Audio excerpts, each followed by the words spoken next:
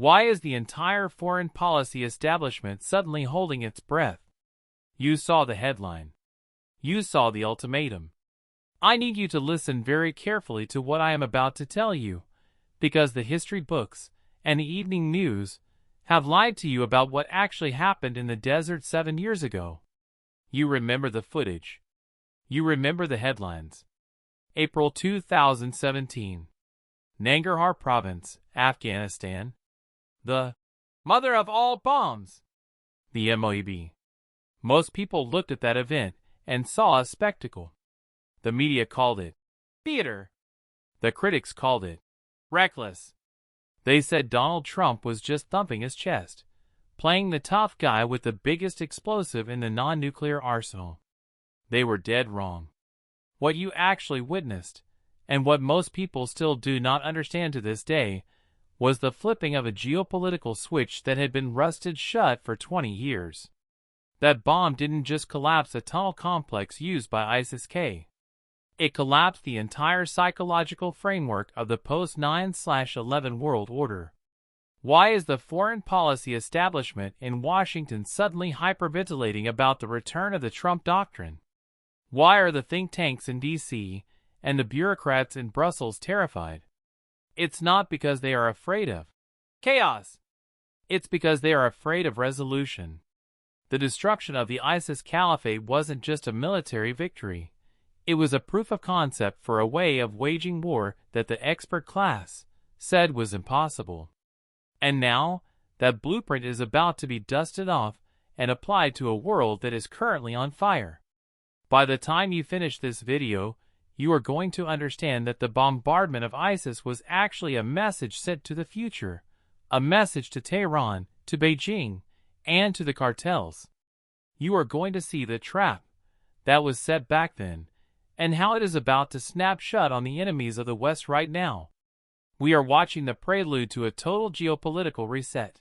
To understand what is about to happen, you have to understand the lie we were all told before 2016. Do you remember the narrative? Think back. Under the previous administrations, we were told that ISIS was a generational struggle. We were told by the smartest guys in the room, the PhDs at the Pentagon, the analysts at the CIA, the talking heads on CNN, that defeating the Caliphate would take 10, maybe 20 years. They told us that ISIS was an idea, and you can't bomb an idea. They told us that the complexity of the Syrian civil war meant we had to move slowly. They used words like strategic patience and containment. This was the managed decline playbook. The establishment in Washington does not make money on victory. They make money on process. They make money on advising, on monitoring, on nation building. A war that ends in 6 months is a disaster for the military-industrial complex. A war that drags on for 20 years. That sends a lot of kids to college in Northern Virginia. So, the strategy was containment. We flew sorties. We dropped leaflets. We had lawyers in the Situation Room debating whether a drone strike on a terrorist convoy was proportionate. The result? ISIS grew. They took Mosul. They took Raqqa. They inspired attacks in Paris, in San Bernardino, in London. They were burning pilots in cages and selling women in markets, while Washington debated the sociological root causes of extremism.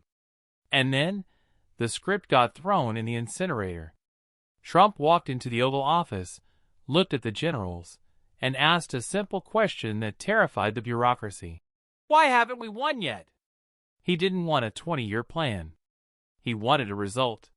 He issued a directive that sounded simple, but it was revolutionary in its implications. He changed the rules of engagement, ROE. He told James Mattis and the commanders on the ground, I am not going to micromanage you from the White House. Go annihilate them. This is the part the media glossed over. They focused on Trump's tweets. They didn't focus on the tactical shift on the ground. The U.S. military shifted from shaping operations to Annihilation tactics. Under the old rules, if an ISIS column was retreating, we let them go because attacking them might be seen as escalatory. Under the new rules, the order was encirclement. Do not let them escape. Do not let them regroup. Kill them where they stand. The MOAB drop wasn't just about killing terrorists in a cave. It was a signal flare. It signaled that the era of proportional response was over. Proportional response is a trap. It tells your enemy exactly how far they can push you. It turns war into a mathematical equation where the enemy can calculate the cost of doing business. When you drop the MOAB, when you flatten Raqqa, and let's be honest, the U.S. military leveled that city, you reintroduce the element of disproportionate force. You reintroduce fear. Within months, not decades, months, the physical caliphate was gone. The black flags came down.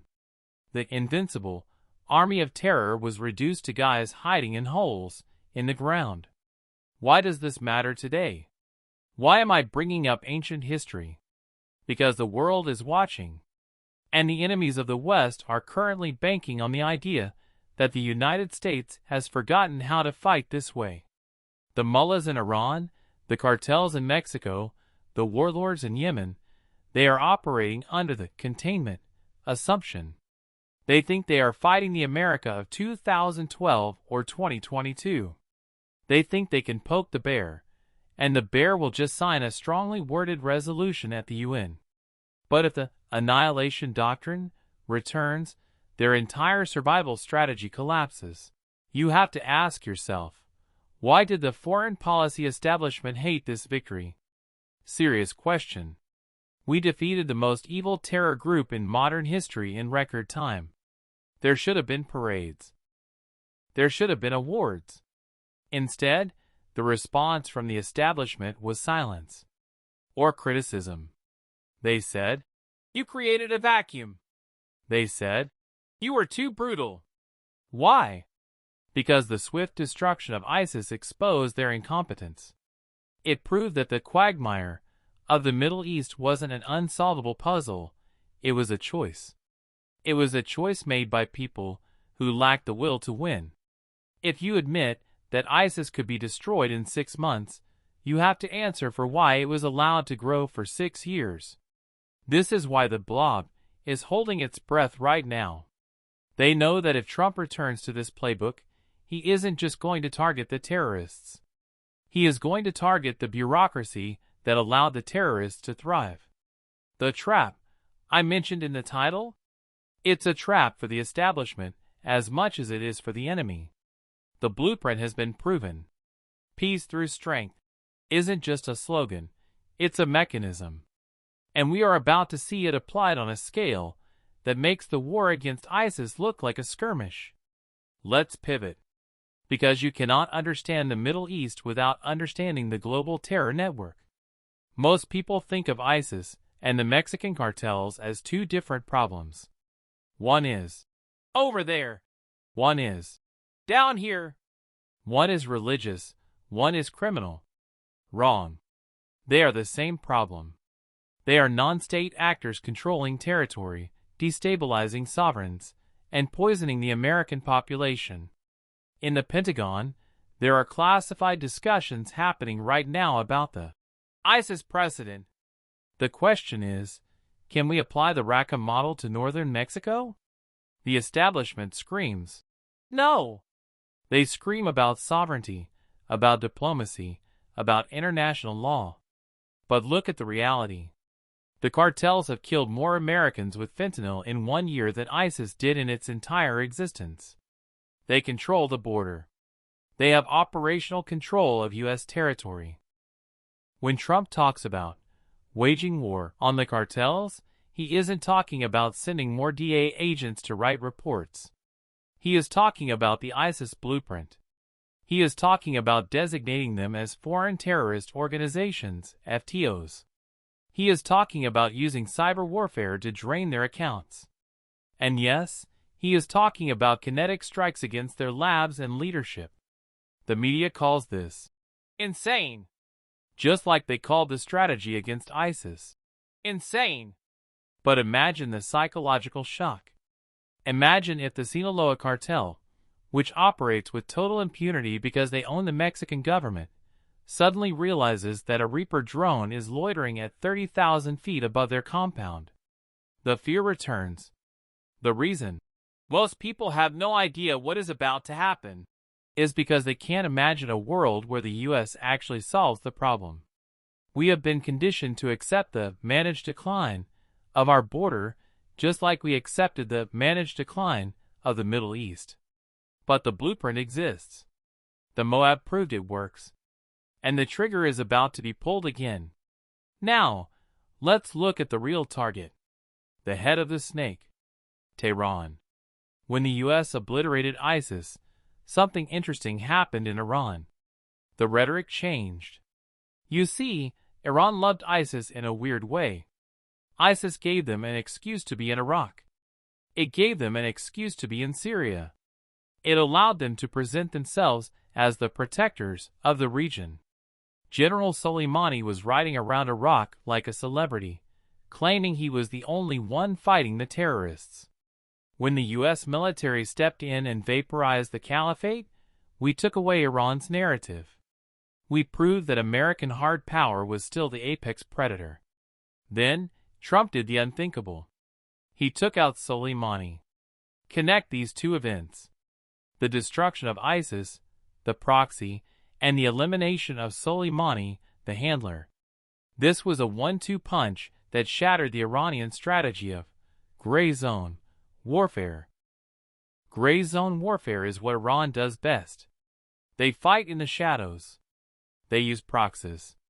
They avoid direct confrontation because they know they would lose a conventional war in 48 hours. The Annihilation Doctrine forces them out of the shadows. When you look at the Middle East today, it looks chaotic. Hamas, Hezbollah, the Houthis. It looks like Iran is winning. But look closer. This is the desperation of a regime that knows the clock is ticking. They know that the appeasement era is ending. They are emptying their clips now because they fear that the moment the U.S. leadership changes back to a peace through strength model, the window closes forever. The ultimatum, do not kill your protesters, is part of this lineage. It's the diplomatic version of the MOAB. It's a direct, unambiguous threat that cuts through the diplomatic noise. We have to talk about the money. We always have to talk about the money. War is expensive. But do you know what is more expensive? Uncertainty. The global economy has been pricing in a managed conflict in the Middle East for decades. The oil price includes a risk premium. But what happens when the U.S. stops managing the conflict and starts ending it? When ISIS was destroyed, we didn't just kill terrorists. We secured energy assets. We reassured the Sunni Gulf states, Saudi Arabia, the UAE, that America was back. This confidence is what led directly to the Abraham Accords. People forget this. The Abraham Accords, the peace deals between Israel and the Arab nations, did not happen in a vacuum. They happened because the Arab nations saw that the U.S. was willing to crush ISIS and confront Iran. They saw a strong horse. In the Middle East, everyone bets on the strong horse. When the U.S. is weak, the Arabs hedge their bets. They talk to China. They talk to Russia. They make nice with Iran. When the U.S. is strong, when we are dropping MOABs and taking out generals, the Arabs line up behind Washington. What is about to happen is a return to the strong horse doctrine. We are going to see a massive realignment of global capital. If the market believes that the U.S. is going to actively dismantle the axis of resistance, Iran, Russia, China's proxies, the investment flows shift. China is currently buying Iranian oil. They are funding the regime. But China is pragmatic. If the U.S. threatens to sanction Chinese banks that touch Iranian money, and actually means it, unlike the current soft enforcement, China will walk away. Xi Jinping does not want to lose access to the US dollar system just to save the mullahs. The Annihilation Doctrine applies to economics too. It's called maximum pressure, and it's about to come back with a vengeance. This is where it gets personal. This is where it affects you, watching this in your living room. The establishment told you that we needed to stay in Syria, stay in Iraq, stay in Afghanistan forever to keep us safe. But the destruction of ISIS proved that you can achieve security without occupation. You can use overwhelming firepower to destroy a threat, and then leave. This terrifies the defense contractors. If the U.S. adopts a strategy of punitive expeditions, go in, destroy the enemy, get out, the entire business model of the Pentagon changes. No more building schools in Kandahar. No more gender studies programs in Baghdad. Just pure, unadulterated national defense. This is why the internal sabotage is so high.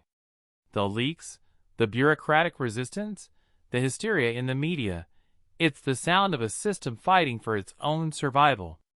They know that if the American people realize that we can destroy our enemies without turning it into a 20-year social work project, they will demand that strategy every time. The bombardment of ISIS was the proof. The last 7 years have been the establishment trying to bury that proof. But the truth is like a beach ball held underwater. You can only hold it down for so long before it shoots to the surface. We are approaching a singularity. A moment where the old rules simply stop applying. The world is currently split into two camps. Camp A, the globalists. The bureaucrats. The people who believe in international institutions, manage decline, and stability, even if it means tolerating evil. They believe in proportionality. Camp B, the sovereigntists. The people who believe in results. Who believe that the only way to deal with a monster is to kill it. They believe in dominance. The MOAB was the first shot of the sovereigntist revolution. Now look at Ukraine. Look at Gaza. Look at Taiwan.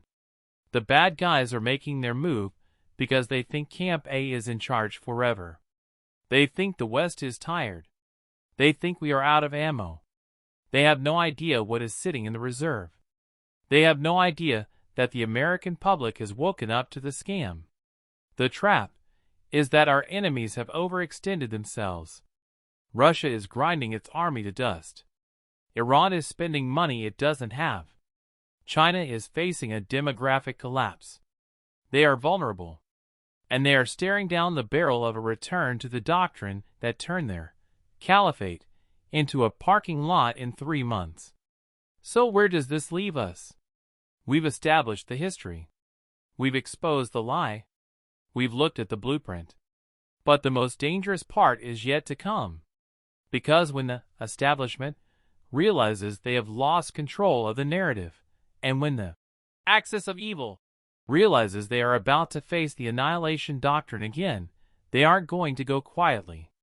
We are entering the danger zone. The months between now and the full implementation of this strategy are going to be the most volatile in human history. I am going to walk you through the specific nightmare scenarios that the intelligence agencies are modeling right now. We are going to talk about the Day Zero cyber attacks. We are going to talk about the sleeper cells that are already inside the United States, waiting for the signal. And we are going to talk about the nuclear card that a desperate regime might play. But most importantly, I'm going to tell you how this ends. And it doesn't end the way the movies tell you. The bombardment of ISIS was just the opening act. The main event is starting now. You think you know what shock and awe looks like. You haven't seen anything yet. You don't flip the table on a 40-year-old geopolitical order without breaking some glass. And right now, the floor is covered in shards. We are entering the danger zone. This is the window of time between the collapse of the old order and the establishment of the new one. It is the most volatile period in human history. Why? Because the axis of resistance, Tehran, Moscow, Beijing, and their cartel proxies, know the window is closing. They know that if the West returns to the Annihilation Doctrine, their time is up. So, they have a choice: surrender or burn the house down. Intelligence modeling suggests they are going to try to burn the house down. In this video, I am going to walk you through the 3 specific nightmare scenarios that are keeping Pentagon planners awake at night. We are going to talk about the enemy within. We are going to talk about the cyber apocalypse. And we are going to talk about the madman theory that might just save us all. Buckle up. It's about to get real. Let's start with the threat that is already here. Not over there, in the desert. Here. In your neighborhood. The establishment media tells you the border crisis is a humanitarian issue. They talk about asylum seekers. They talk about economic migrants. They are lying to you by omission. What they aren't talking about are the special interest aliens, SIAs. This is the official DHS term for individuals coming from nations with high terrorist activity. Since 2021, we have had millions of gotaways, people who crossed the border, evaded capture, and vanished into the interior of the United States. Do you think the intelligence agencies of Iran and China sat that opportunity out? Do you think they looked at an open border and said, "No thanks, we'll play by the rules"? Of course not. The ISIS precedent taught our enemies a lesson. You cannot defeat the United States on a conventional battlefield. If you line up tanks against American tanks, you die. If you build a base, we drop a MOAB on it. So, they move the battlefield. The next war will not start with an invasion fleet. It will start with a text message sent to 1,000 burner phones across America. The scenario looks like this: a coordinated activation of small, tactical teams targeting soft infrastructure, power substations in rural areas, water treatment plants, rail lines. This isn't science fiction. We have already seen dry runs. We have seen mysterious attacks on substations in North Carolina and the Pacific Northwest. The media calls them vandalism. Intelligence analysts call them probing attacks.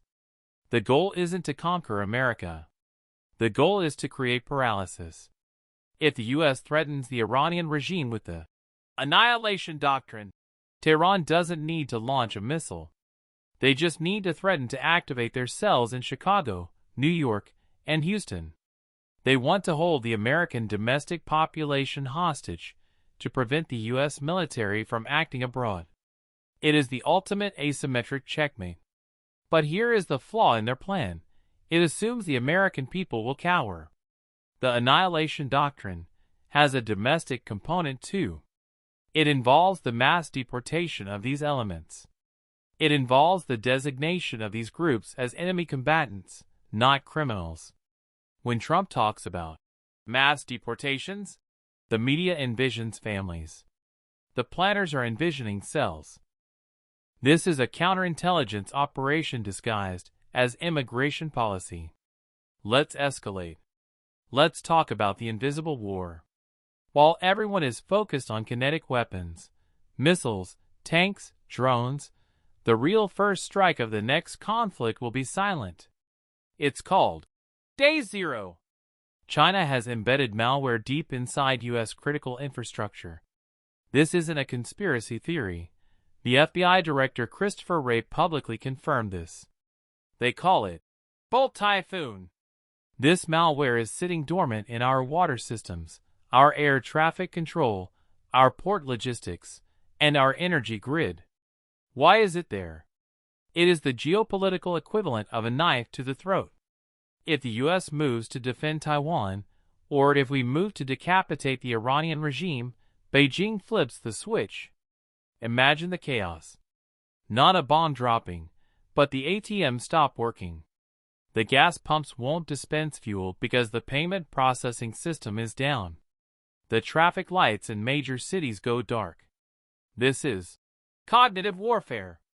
The goal is to induce panic so severe that the public demands the government stop the war just to get the lights back on. But this strategy has a fatal weakness.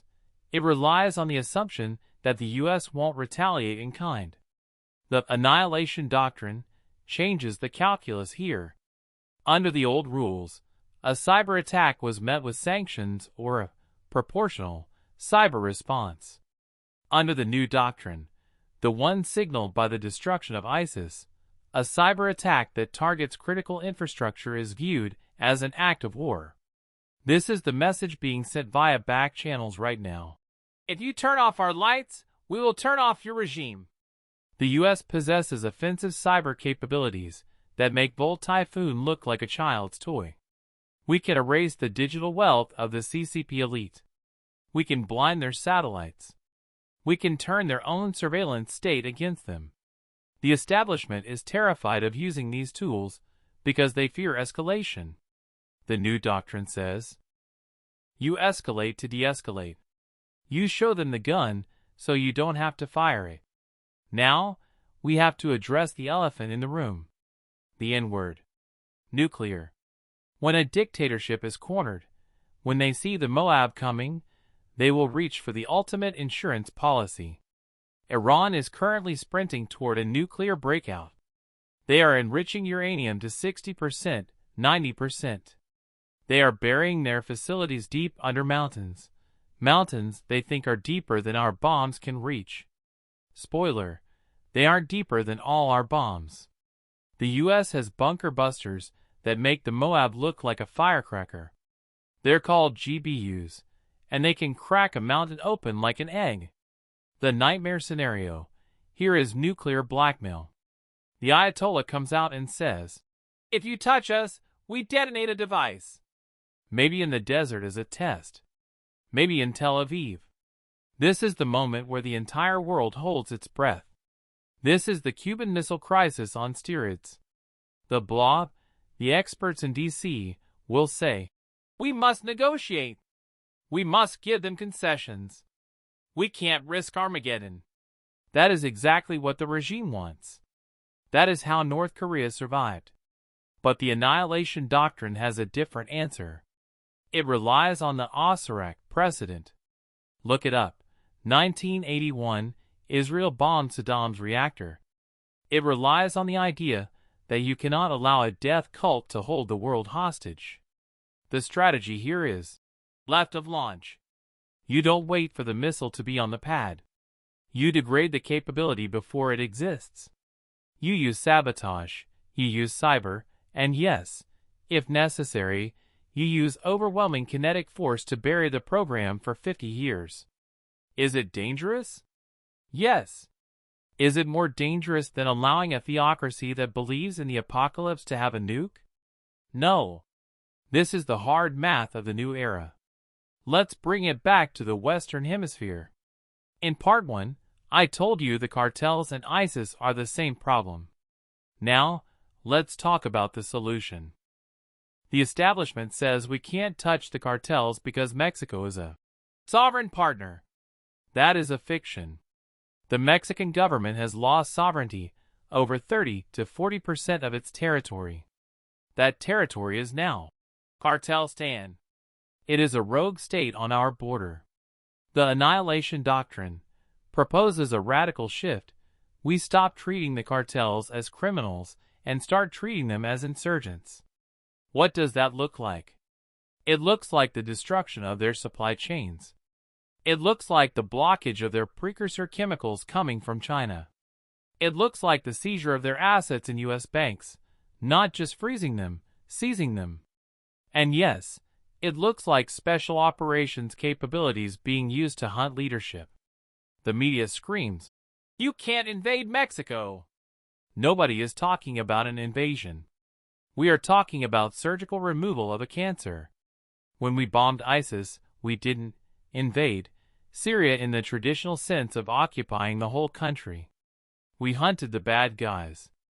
The cartels rely on the plata o plomo, silver or lead model. They bribe or they kill. But you can't bribe a JDM.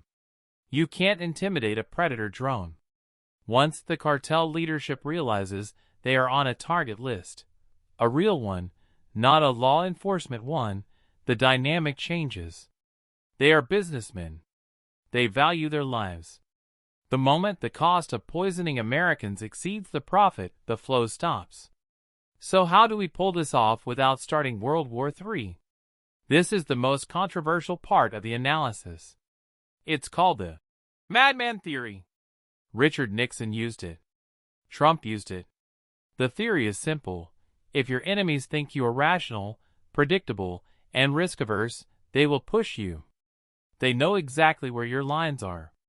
But if your enemies think you are crazy, if they think you are willing to flip the table, willing to drop a MOAB, willing to ignore the UN, they become very, very cautious. When Trump ordered the strike on Soleimani, it wasn't just about killing one general. It was about creating ambiguity. The Iranians thought, wait a minute. The Americans aren't supposed to do that. If he did that, what will he do next? Will he bomb the oil refineries? Will he hit the Supreme Leader's compound? That uncertainty creates deterrence. The Blob hates this. They like predictability. They like protocols. But in a street fight, and geopolitics is a street fight, the guy who acts a little crazy is the one nobody wants to mess with. The destruction of ISIS was the ultimate madman move. It defied all the expert advice. And it worked. As we head into this next administration, the madman persona is being curated again. The unpredictable rhetoric, the ultimatums, it's all part of the psychological warfare. It forces our enemies to recalculate. And while they are recalculating, they aren't attacking. So what happens when we come out the other side? Let's say the doctrine works. The cells are rolled up. The cartels are decapitated. The Iranian regime is contained or collapsed. We enter a period of the Great Realignment. 1. Energy dominance. The U.S. unleashes its own energy production. We stop buying oil from our enemies. The price of oil crashes, which bankrupts Russia and Iran. 2. The Pax Americana 2.0. The Abraham Accords expand. A normalized Middle East focuses on trade, not terror. The U.S. dollar strengthens because it is backed by the only military willing to enforce order. 3. The manufacturing renaissance. The supply chains come home. We realize during the danger zone that we can't rely on China for our medicine or our chips. The factories return to Ohio, to Pennsylvania, to Michigan. This is the vision. This is the golden age that is possible on the other side of the conflict. But the only way out is through. You cannot negotiate your way out of this trap. You cannot appease your way to safety. The establishment wants to keep kicking the can down the road. But we have run out of road. This brings us to the end. I've shown you the history. I've shown you the threat. And I've shown you the blueprint for victory. Most people, your neighbors, your coworkers, they are still asleep. They are watching the puppet show on the news. They are worried about the wrong things. But you are now awake. You know that the bombardment of ISIS was the prologue. You know that the real test is coming. We are about to witness a collision between two worlds, the world of managed decline and the world of unapologetic strength. It is going to be scary. There will be moments where it feels like the wheels are coming off. But remember this, chaos is often the sound of a parasite being ripped out of the host. The system is screaming because the system is being fixed. Stay vigilant.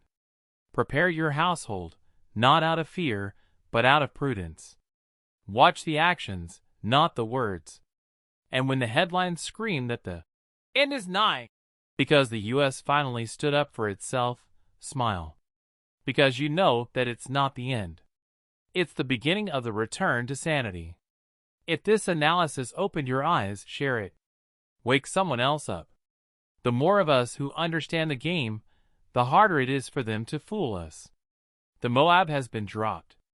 The shockwave is still traveling. Are you ready for impact?